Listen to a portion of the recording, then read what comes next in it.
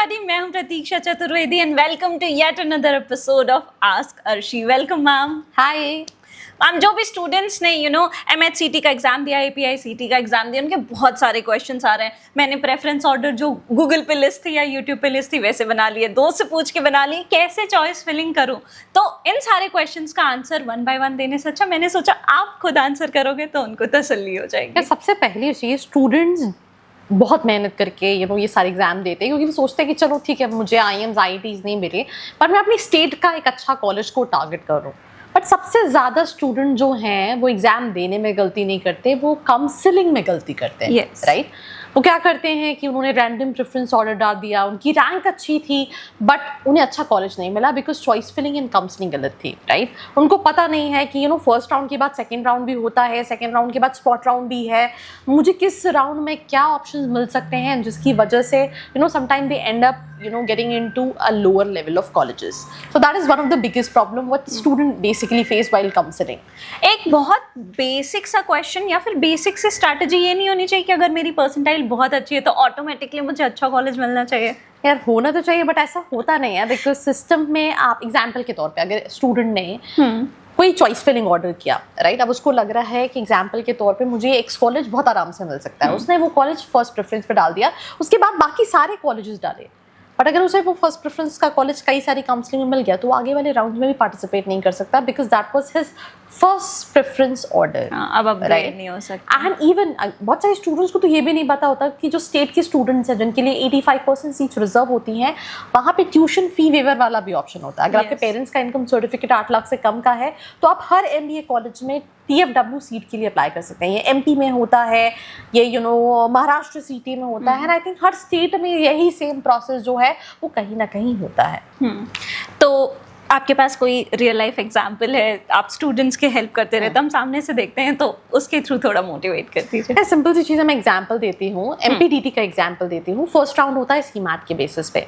अब CMAT के basis पे एग्जाम्पल के तौर पे वो बच्चा टारगेट करना चाहता था IIMS DAVV, राइट, उसको नहीं मिला। हो सकता था कि पॉसिबिलिटी है कि उसको सेकेंड राउंड में वो कॉलेज मिल जाता, पर उसने सेकेंड राउंड में क्योंकि ग्रेजुएशन के बेसिस पे भी काउंसलिंग होती है और CMAT के बेसिस पे भी काउंसलिंग होती है, उसने काउंसलिंग भर दी ग्रेजुएशन के बेसिस पे, राइट, एंड किसी का CMAT में 1 नंबर भी है और ग्रेजुएशन में 100% टाइल भी है, विच इज नॉट पॉसिबल, पर उसके बाद भी जिसका CMAT में 1 नंबर है उसको प्रेफरेंस पहले मिलेगा, राइट। पर आपने ऐसे सोचा बिकॉज आपको काउंसलिंग के बारे में पता नहीं है, इसी वजह से वो सेकेंड राउंड भी चला गया और उसके बाद फिर आपके पास ऑप्शन नहीं बचता है। ऐसे कई सारे रियल एग्जाम्पल्स हम देखते हैं। इसके साथ साथ एक और बहुत बड़ी प्रॉब्लम होती है, मैं महाराष्ट्र CT में देखती हूँ, या फिर जैसे एग्जाम्पल के तौर पे अगर आप इंदिरा का देखेंगे तो 90 ऑल इंडिया कैटेगरी में 93 94 कट ऑफ जाता है। अब बच्चा सोचता है किसी कॉलेज का कट ऑफ बहुत ज़्यादा है, दैट मीन्स कॉलेज अच्छा ही होगा। आप ये समझो ये कोई Tier 1 कॉलेजेस नहीं है, these are state level colleges. जैसे एग्जाम्पल के तौर पे मैं कल APICT का वीडियो बना रही थी,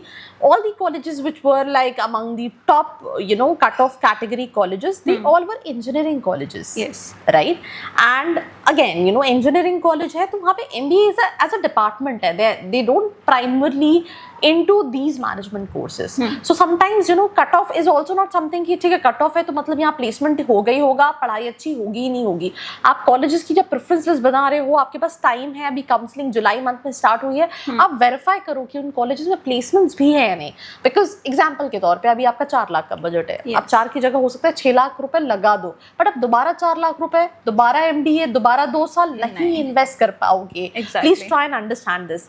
आप MP में ले लें, आप महाराष्ट्र CT में ले लें, आप तेलंगाना में ले लें, आप आंध्र प्रदेश में ले लें, आई थिंक 200-300 कॉलेजेस हैं जो MBA कराते हैं, बट आई थिंक 20 कॉलेजेस या 10% कॉलेजेस भी ऐसे नहीं मिलेंगे जहाँ पे इन रियल पढ़ाई अच्छी है और प्लेसमेंट अच्छा है। क्योंकि when I've taken feedbacks from a lot of colleges, not all the colleges, तो स्टूडेंट्स का ये कहना था कि हमारे कॉलेज कहता है कि हमसे आप क्या ही एक्सपेक्ट कर रहे हो प्लेसमेंट के लिए, और इनमें से कई कॉलेज में इवन एडमिशन के लिए बच्चा बहुत सारे लोगों को डोनेशन का अमाउंट भी जो है वो पे कर रहा होता है। तो what is more important, because MBA is a kind of a final investment, placement definitely depends on student, but उससे ज़्यादा इंपॉर्टेंट है कि कॉलेज में कंपनी तो आनी चाहिए, पढ़ाई तो अच्छी होनी चाहिए। बिकॉज आप वो 3 लाख 4 लाख रुपए और आप वहाँ जाके रह रहे हो, आपका रहने खाने का 3 लाख रुपए का, तो it makes a total of 7 lakh rupees, right?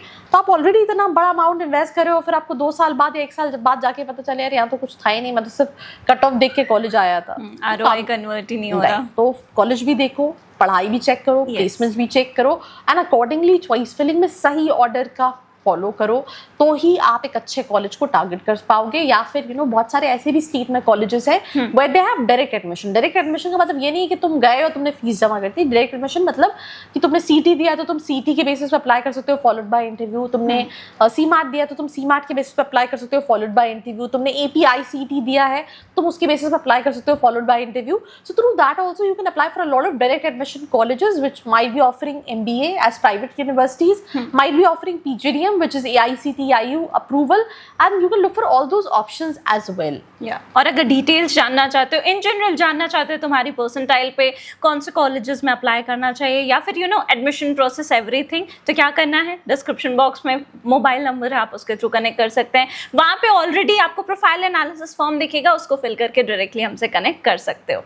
So this was me, Arshi Khan and Pratiksha. We are signing off. Till then, follow for more. I hope you liked this video. For more such videos, keep watching our channel. And do not forget to like, share and subscribe.